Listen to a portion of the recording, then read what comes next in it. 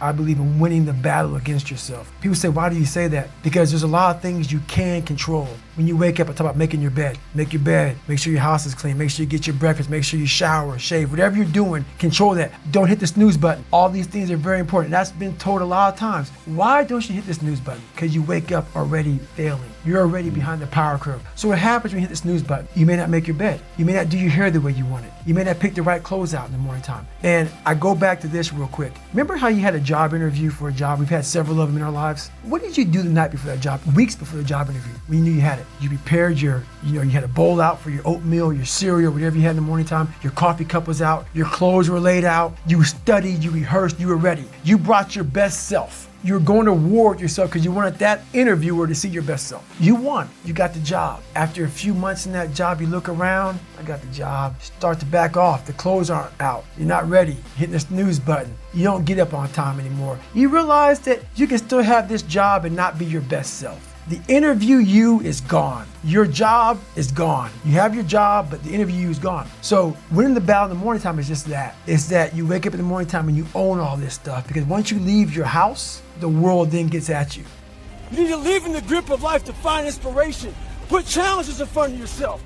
David Goggins is known as an impressive athlete, but he wasn't always that way. He was able to transform himself from overweight and timid to hardworking and fit. He says that growth comes from uncomfortable situations, because if it's easy, there's more room for mistakes. He encourages you to start your day with positive action. Don't hit the snooze button. Don't wake up failing. Listen to that little voice inside your head to get you moving. Remember that pain is temporary, and to have clear thoughts during pain, to remind yourself of what you've been through. David teaches us that to be successful is not the easiest path.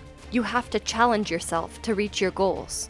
A lot of you are trying to find inspiration and motivation with a depressed mindset.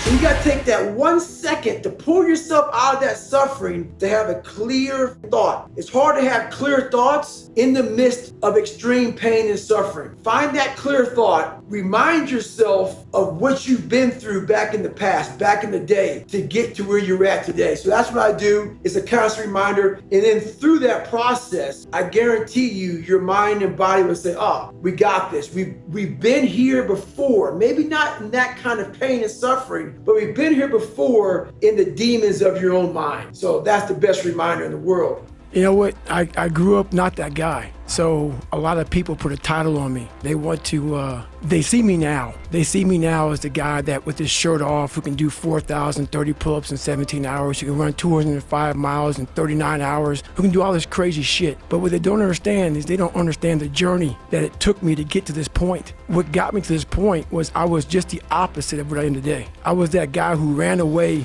from absolutely everything that I got in front of me. But not many people knew that. I had two people. I had like the real me was like this very scared, insecure, stuttering, got beat up by his dad, all this kind of stuff. And then I built this fake person that walked around like my shit didn't stink. Yeah, so that's kind of how I did it. And through a process of time, I realized that I was lying to myself and lying to people. In my mind, I was always afraid. My whole life I was afraid, but I had this voice, this conscience that would always be battling me, saying, hey, you got to get up and do something. I didn't want to do shit. I was just afraid, but that voice would force me to get up. I wanted to quit so badly, but I quit everything in my life. I copied through school. I wanted to prove people wrong. And so here I am in this Air Force program, starting to get a little more confidence, but this water was kicking my ass. You gotta man up, man. I pick these hard things that most people think you can't finish anyway. So, you go out there, you grind, you're alone, you're in your own head. I work best alone. So those are easier. I figured out a way to kind of challenge your mind, channel it and challenge it at the same time. And I figured out a way to kind of just have an indestructible toolbox. Your mind. So those are easier. You don't need to do this. That's too much work, man. You've earned this. You deserve this. And that mentality got me to 297 pounds, fat, out of shape. To me, a loser. To me, making $1,000 a month and making a ton of mistakes. Because mistakes happen on the easy side of life. You take the easy road, the easy path, there's a lot of mistakes over there. The hard journey, you don't make too many mistakes over here because it's too hard. You don't want to repeat it, so it's challenging. I want my mind to know who's in charge. So for the better part of 26 years, my mind was in charge of me, which is why I made all these horrible decisions. Once you take control of your mind, you start making decisions for yourself versus your mind making decisions for you. Thank you for watching, and please don't forget to like, comment, and subscribe.